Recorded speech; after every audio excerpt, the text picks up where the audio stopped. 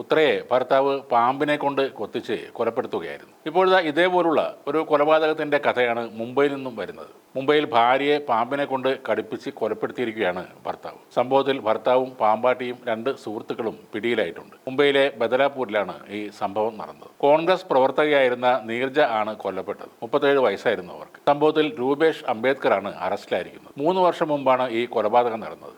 അപകടമരണം എന്നാണ് ആദ്യം പോലീസ് കരുതിയിരുന്നത്. എന്നാൽ മറ്റൊരു കൊലപാതക കേസിൽ പിടിയിലായ പ്രതി നൽകിയ സൂചനയിൽ നിന്നാണ് നീരജയുടെ മരണം സ്വാഭാവികമല്ലെന്നും അത് ഭർത്താവ് ആസൂത്രണം ചെയ്ത് നടത്തിയ ഒരു കൊലപാതകമാണെന്നും മനസ്സിലാവുന്നത്. കേരളത്തെ ആകെ ഞെട്ടിയ സംഭവമായിരുന്നു ഉത്രയുടെ കൊലപാതകം. പാമ്പിനെ കൊണ്ട് ഭാര്യയെ ഭർത്താവ് കടിപ്പിച്ചു കൊല്ലുന്ന സംസ്ഥാനത്തെ ആദ്യ സംഭവം. എന്നാൽ നമ്മുടെ രാജ്യത്തെ 4ാമത്തെ കേസായിരുന്നു ഉത്ര കേസ്. അഞ്ചൽ വിജയസേനന്റെ മകൾ 25 വയസ്സുള്ള ഉത്രയാണ് അന്ന് കൊല്ലപ്പെട്ടത്. അടൂർ പറക്കോട് കാരക്കൽ ശ്രീസൂര്യയിൽ സൂരജ് എസ് കുമാറാണ് പ്രതി. മാപ്പുസാക്ഷിയായ പാമ്പെടുത്തക്കാരൻ ചാത്തന്നൂർ ചാവരുകാവ് സ്വദേശി സുരേഷിനെ മറ്റ് കേസുകൾ ഇല്ലെങ്കിൽ വിട്ടയക്കാനാണ് അന്ന് കോടതി ഉത്തരവിട്ടത്. 2020 അരങ്ങേറിയ ഉത്തരവാദത്തിൽ അന്വേഷണം പൂർത്തിയാക്കി 2021 ഒക്ടോബറിൽ കോടതി വിധി പറഞ്ഞിരുന്നു. അതിനുശേഷം ഏതാണ്ട് 8 മാസം കഴിഞ്ഞപ്പോഴാണ് താനയിൽ സമാനമായി സംഭവം അരങ്ങേറിയത്. 2022 ജൂലൈ 10 നീരജ രൂപേഷ് അംബേദ്കർ എന്ന യുവതിയെ വീട്ടിൽ മരിച്ച നിലയിൽ കണ്ടെത്തുകയായിരുന്നു. ആദ്യം ഇതൊരു അപകടമരണമായി രേഖപ്പെടുത്തിയെങ്കിലും സാക്ഷികളുടെ മൊഴികളിലെ വൈരുദ്ധ്യങ്ങൾ പോലീസിന് ചില സംശയങ്ങളുണ്ടായി. കുടുംബ വഴക്കുകൾക്കൊടുവിലാണ് ഭർത്താവ് രൂപേഷ് അംബേദ്കർ എന്ന 40 വയസ്സുകാരൻ ഭാര്യയെ ഒഴിവാക്കാൻ പദ്ധതി ഇട്ടതെന്ന് പോലീസ് കണ്ടെത്തുകയും ചെയ്തു. അതിനായി പാമ്പ് പിടുത്തക്കാരനായ ഒരാളെയും കൂട്ടുപിടിച്ചു. മറ്റൊരു സുഹൃത്തിന്റെ കൂടി സഹായത്തോടെ നീരജയെ വിഷപ്പാമ്പിനെ കൊണ്ട് കടിപ്പിച്ച് കൊലപ്പെടുത്തുകയായിരുന്നു. ഉജ്ജൽദീപ് സൊസൈറ്റിയിലെ വീട്ടിൽ വെച്ചാണ് ഈ കൊലപാതകം നടന്നത്. ഇതിനായി രൂപേഷ് അംബേദ്കർ കൂട്ടാളികളായ ഋഷികേശ്, രമേശ് ചാൽക്കെ, കുനാൽ വിശ്വനാഥ് ചൗധരി എന്നിവരുമായി ചേർന്ന് ഗൂഢാലോചന നടത്തി.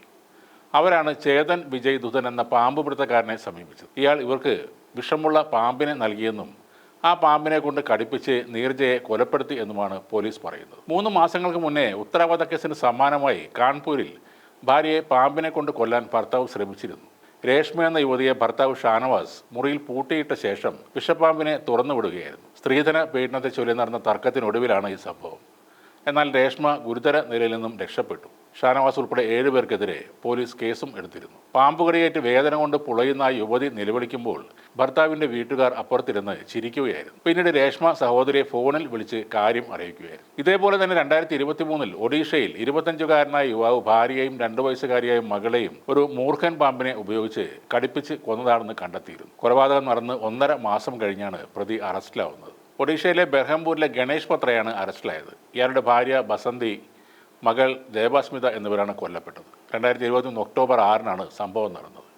ഒരു പ്ലാസ്റ്റിക് ജാറിൽ കൊണ്ടുവന്ന മൂർഖൻ പാമ്പിനെ ബസന്തിയും മകളും ഉറങ്ങുന്ന മുറിയിലേക്ക് ഗണേഷ് തുറന്നു വിടുകയായിരുന്നു. ഗണേഷ് മറ്റൊരു മുറിയിലാണ് കിടന്നത്. രാവിലെ ഭാര്യയും മകളും മരിച്ചു കിടക്കുന്നത് കണ്ട് ഗണേഷ് നിലവിളിച്ച് നാട്ടുകാരെ കൂട്ടുകയും ചെയ്തു. തുടർന്ന് പോലീസ് എത്തുകയും പോസ്റ്റ്മോർട്ടം നടത്തുകയും മരണം പാമ്പുകടിയേറ്റാണെന്ന് സ്ഥിരീകരിക്കുകയും ചെയ്തു. എന്നാൽ ഈ മരണത്തിൽ സംശയം തോന്നിയ ബസന്തിയുടെ പിതാവാണ് പോലീസിൽ പരാതി നൽകിയത്. തുടർന്ന് നടത്തിയ അന്വേഷണത്തിൽ ഗണേഷ് തൻ്റെ പിതാവിൻ്റെ പേരിൽ വേറെ ഒരു സിം ഉപയോഗിച്ചതായും ആ സിമ്മിൽ നിന്ന് ചില പാമ്പാട്ടിമാരെ ബന്ധപ്പെട്ടിരുന്നതായും കണ്ടെത്തി. ഇതിൽ ബസന്ത ആചാര്യ എന്ന പാമ്പാട്ടി നിന്ന് ശിവക്ഷേത്രത്തിലേക്ക് പൂജക്കാണെന്ന് തെറ്റിദ്ധരിപ്പിച്ച് ഒരു മൂർഖൻ പാമ്പിനെ വാങ്ങുകയായിരുന്നു.